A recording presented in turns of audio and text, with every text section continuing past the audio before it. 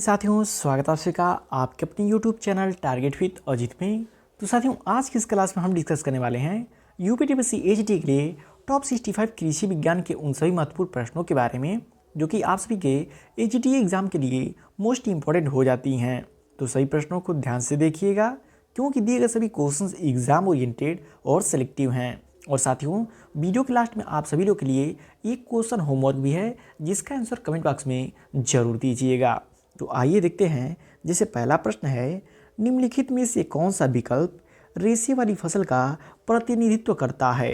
Most important question है कि निम्नलिखित में से कौन सा विकल्प रेशे वाली फसल का प्रतिनिधित्व करता है। तो याद रखिएगा, सन, हेम्प, जूट, अनाज और कपास, ये सभी जो कि रेशे वाली फसलें हो जाती हैं। तो राइट आंसर ऑप्शन ए हो जाएगा। नेक्स्ट क्वेश्चन है, अर्धसूत्रीय विभाजन के चरण 1 के निम्नलिखित में से किस चरण के दौरान चियस्मा अवलोकनीय हो जाता है। तो किसके दौरान हो जाता है, याद रखिएगा, डिप्लोटीन के दौरान जो कि अवलोकनीय हो जाता है। तो इंपॉर्टेंट क्वेश्चन है, सेल डिवीजन का याद रखिएगा, आपके एग्जाम में पूछा जा सकता है। नेक्स्ट क्वेश्चन है, वंशानुक्रम के गुणसूत्र सिद्धांत को निम्नलिखित में से किसके द्वारा प्रयोगात्मक परिणामों द्वारा समर्थित किया गया था। मोस्ट इंपॉर्टेंट क्वेश्चन है कि वंशानुक्रम के गुणसूत्र सिद्धांत को निम्नलिखित में से किसके द्वारा प्रयोगात्मक परिणामों द्वारा समर्थित किया गया था। तो किसके द्वारा, याद रखिएगा, मॉर्गन के द्वारा जो कि समर्थित किया गया था। किसके द्वारा, मॉर्गन के द्वारा। नेक्स्ट क्वेश्चन है, एक जीन का दूसरे गैर एलीलिक जीन की फेनोटाइपिक अभिव्यक्ति पर प्रभाव को निम्नलिखित में से क्या कहा जाता है। तो याद रखिएगा, क्या कहता है, एपिस्टास्टिस कहता है। क्या कहता है, एपिस्टास्टिस कहा जाता है। तो साथियों, क्वेश्चन का लेवल आप सभी को देख कर पता चल रहा होगा कि दिए गए सभी क्वेश्चंस एग्जाम ओरिएंटेड और सिलेक्टिव हैं। तो वीडियो की क्वालिटी कंटेंट आप सभी को पसंद आ रहा हो तो प्लीज़ वीडियो को लाइक और चैनल को सब्सक्राइब जरूर कर लीजिएगा, क्योंकि मैं डेली आप सभी एचडीए स्टूडेंट्स के लिए ऐसे ही रिवीजन क्लास लेकर के आता रहता हूँ। नेक्स्ट क्वेश्चन है, निम्नलिखित में से कौन सी मिट्टी ग्रेनाइट चट्टान के टूटने से बनती है। यह मुख्यतः कम वर्षा वाले क्षेत्रों में देखा जाता है। वह कौन सी मिट्टी होती है जिसे मुख्यतः कम वर्षा वाले क्षेत्रों में देखा जाता है और वह ग्रेनाइट चट्टान के टूटने से बनी होती है। तो कौन सी मिट्टी होती है, याद रखिएगा, रेड सॉइल हो जाती है। कौन सी होती है, रेड सॉइल हो जाती है। नेक्स्ट क्वेश्चन है, जैव उर्वरक एक खाली स्थान है। जैव उर्वरक आपको बताना है कि इनमें से क्या है। तो याद रखिएगा, सूक्ष्म जीवों की वांछित नस्ल वाली संवर्धन होती है। क्या होती है, जैव उर्वरक होती है। नेक्स्ट क्वेश्चन है, इस पद्धति से प्रति एकड़ पौधों की संख्या वर्गाकार पद्धति से लगभग दोगुनी हो जाती है।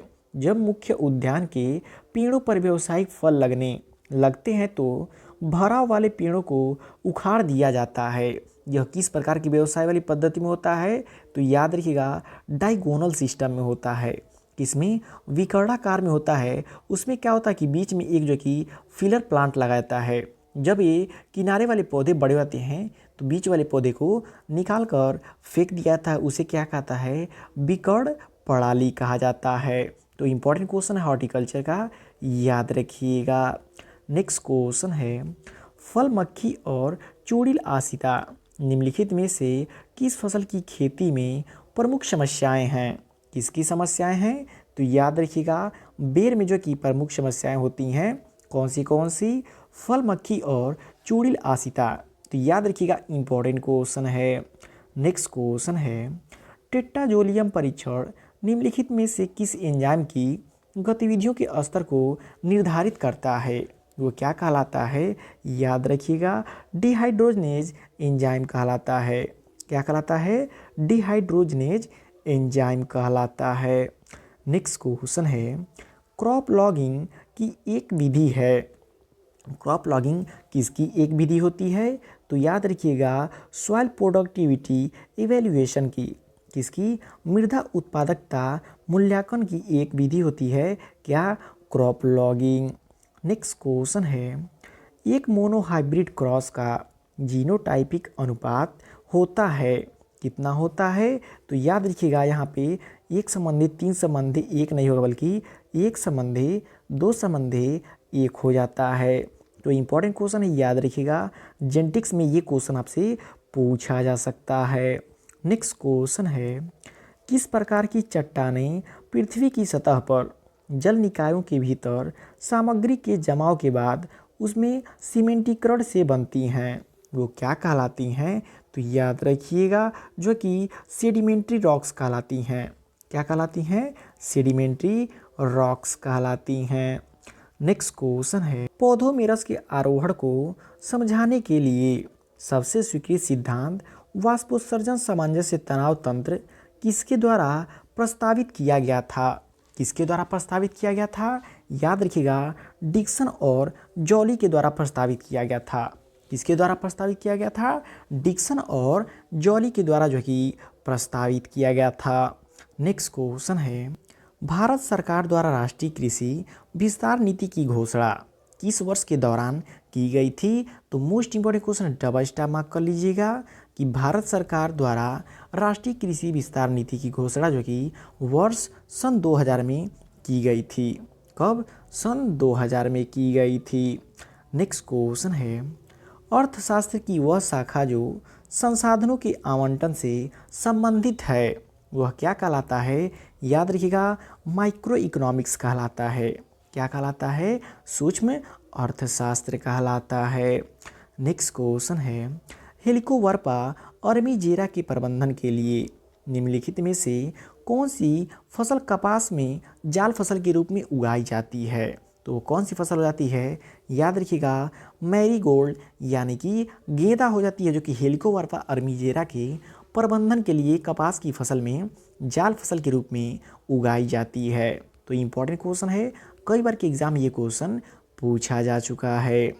नेक्स्ट क्वेश्चन है, दो जनसंख्या संसाधनों के बीच अंतर के महत्व का परीक्षण करने के लिए किसी को इसका उपयोग करना चाहिए। वो कौन सा होता है? याद रखिएगा, टी टेस्ट हो जाता है। कौन सा होता है? टी टेस्ट हो जाता है। नेक्स्ट क्वेश्चन है, खाली स्थान को अमोनियम को नाइट्राइट में परिवर्तित करने वाले मृदा जीवों में से महत्वपूर्ण माना जाता है। तो कौन सा होता है? याद रखिएगा, नाइट्रोसोमोनास हो जाता है। और बात करें नाइट्राइट को नाइट्रेट में परिवर्तित करने वाले कौन सी मृदा जीवाणु होते हैं? तो नाइट्रोबैक्टर हो जाता है। ये दोनों इंपॉर्टेंट है, एग्जाम में लगभग पूछा जाता है। नेक्स्ट क्वेश्चन है, वह प्रणाली पेड़ों को बढ़ने और पेड़ों के बीच उपलब्ध जगह में खेती की फसलों और चारे की फसलों की खेती पर जोर देती है, वह कौन सा कहलाती है? याद रखिएगा, एग्री सिल्वीकल्चर कहलाती है। क्या कहलाती है? एग्री सिल्वीकल्चर कहलाती है। नेक्स्ट क्वेश्चन है, उन क्षेत्रों में फसलों के खेती जहां प्रतिवर्ष 750 मिलीमीटर से कम वर्षा होती है कहलाती है। याद रखिएगा, ड्राई फार्मिंग कहलाती है। उन क्षेत्रों में जहाँ पे वार्षिक वर्षा जो कि 750 मिलीमीटर से कम होती है वो किस श्रेणी में आता है? ड्राई फार्मिंग की श्रेणी में आते हैं। नेक्स्ट क्वेश्चन है, कैलस क्या है? आपको बताना है कि कैलस क्या होता है। तो याद रखिए, कोशिकाओं के द्रव्यमान को सक्रिय रूप से विभाजित करने वाला असंगठित संवर्धन होता है। क्या होता है? कैलस हो जाता है। नेक्स्ट क्वेश्चन है, निम्नलिखित में से मधुमक्खी की किस प्रजाति को कृत्रिम छत्ते में पाला जाता है? मधुमक्खी की वह कौन सी प्रजाति है जिसे कृत्रिम छत्ते में पाला जाता है? तो याद रखिएगा, एपिस मेलिफेरा को। एपिस मेलिफेरा को जो कि कृत्रिम छत्ते में पाला जाता है। इंपॉर्टेंट क्वेश्चन है, याद रखिएगा। नेक्स्ट क्वेश्चन है, P2O5 से P की गणना के लिए रूपांतरण कारक है। P2O5 से P की गणना के लिए रूपांतरण कारक क्या होता है? तो याद रखिएगा, P2O5 गुणे 0.44 हो जाता है। इंपॉर्टेंट क्वेश्चन, इसको डबल स्टार मार्क कर लीजिएगा, एग्जाम में आपको देखने को मिल सकता है। नेक्स्ट क्वेश्चन है, सर्वप्रथम गेहूं की खेती प्रारंभ कब हुई थी? बात करें सबसे पहले गेहूं की खेती किस सन में प्रारंभ हुई थी? तो याद रखिएगा, 7500 ईसा पूर्व में प्रारंभ हुई थी गेहूं की खेती।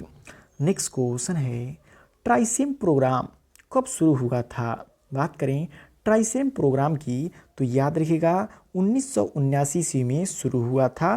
क्या? ट्राइसेम प्रोग्राम।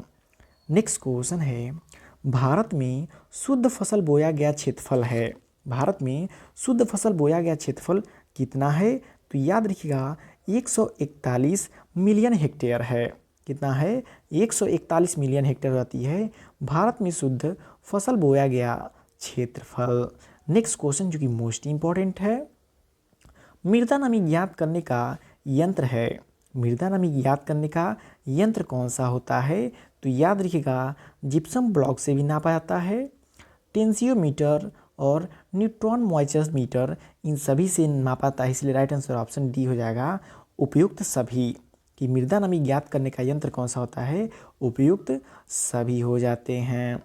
नेक्स्ट क्वेश्चन है, सामान्य मृदा का कण घनत्व होता है। कितना होता है?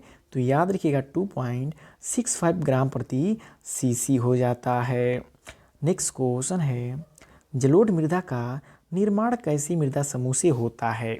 बात करें जलोढ़ मृदा की, कि जलोढ़ मृदा का निर्माण किस प्रकार की मृदा समूह से होता है? तो याद रखिएगा एंटीसॉल, जो जलोढ़ मृदाओं का निर्माण होता है एंटीसॉल समूह से होता है। नेक्स्ट क्वेश्चन है, बीटी कपास में 1 हेक्टेयर में पौधों की संख्या रखते हैं। बात करें बीटी कॉटन की, बीटी कॉटन में 1 हेक्टेयर में पौधों की संख्या कितनी रखते हैं? तो याद रखिएगा 10,000 रखते हैं। कितना रखते हैं? 10,000 रखते हैं। नेक्स्ट क्वेश्चन है, कपास का प्रमुख खरपतवार नाशी है। साथियों मोस्ट इंपॉर्टेंट क्वेश्चन है कि कॉटन का जो कि प्रमुख खरपतवार नाशी कौन सा होता है? तो याद रखिएगा ड्यूरॉन। ड्यूरॉन जो होता है कॉटन का प्रमुख खरपतवार नाशी हो जाता है।